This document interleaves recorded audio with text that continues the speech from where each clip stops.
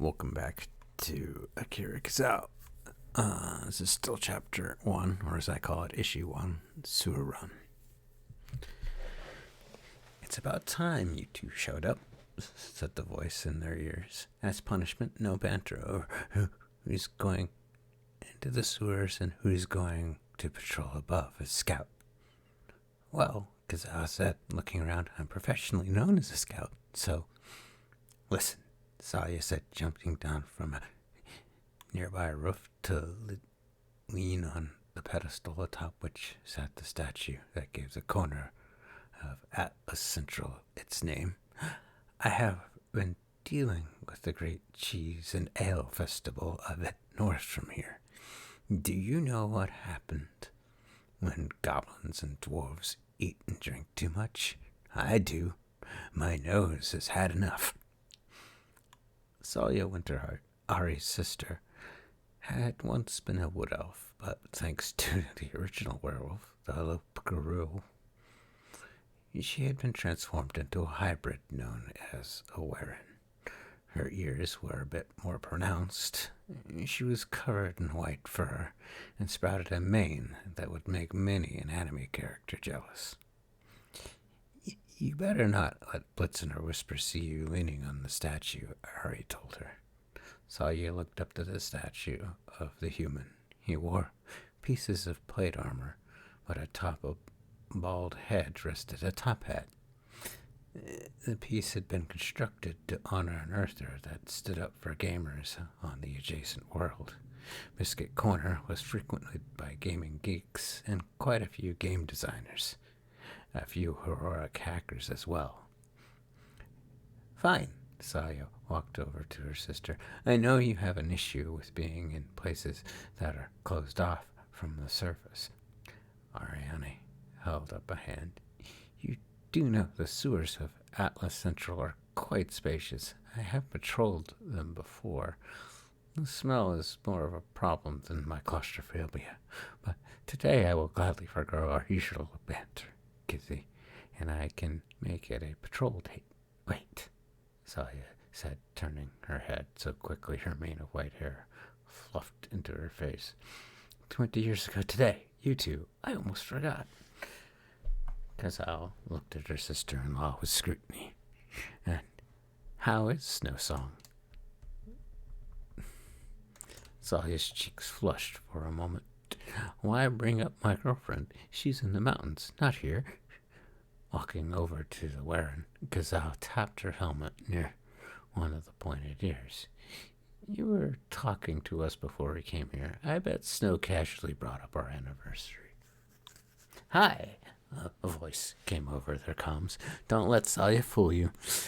Between the two of us, I'm the schedule keeper, which reminds me, Saya, sweetie, I'm certain a certain dwarven innkeeper up here would like you to look into the disappearance of the local totem.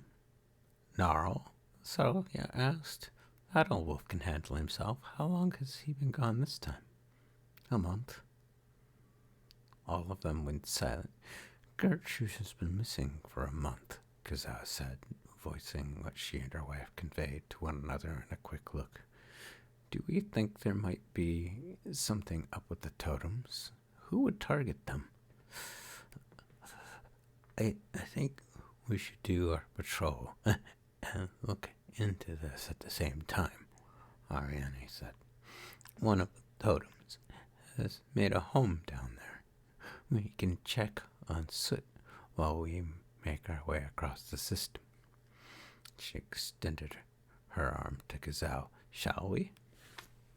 Smiling, Kizzau looped her own arm through Ari's, and the two walked the short distance to the tunnel that served as one of the entrances into the sewer of Atlas Central.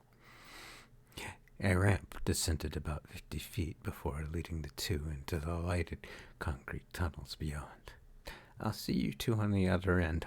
I'll have to parkour a bit to keep up, but I'll let you know if I get any peculiar scents or even lack of them. Kizzau nodded and looked around at the tunnel walls. White elves had a knack for being able to pick out spots of heavy contagion. Even though the sewers were cleansed on the regular, there were still some spots that bade her to show caution. We must be a few days removed from a cleaning. Be careful. Her wife veered away from spots where Kizzau quickened her pace. They had a system that worked.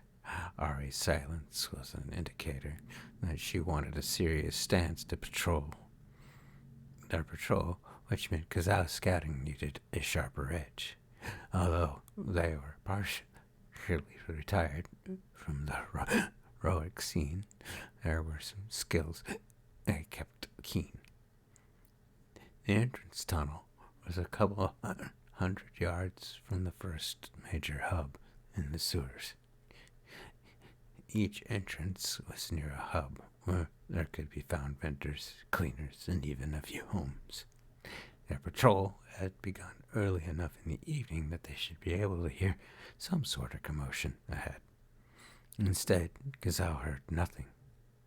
As they approached the hub, they found an elderly lizardkin motioning them to keep silent.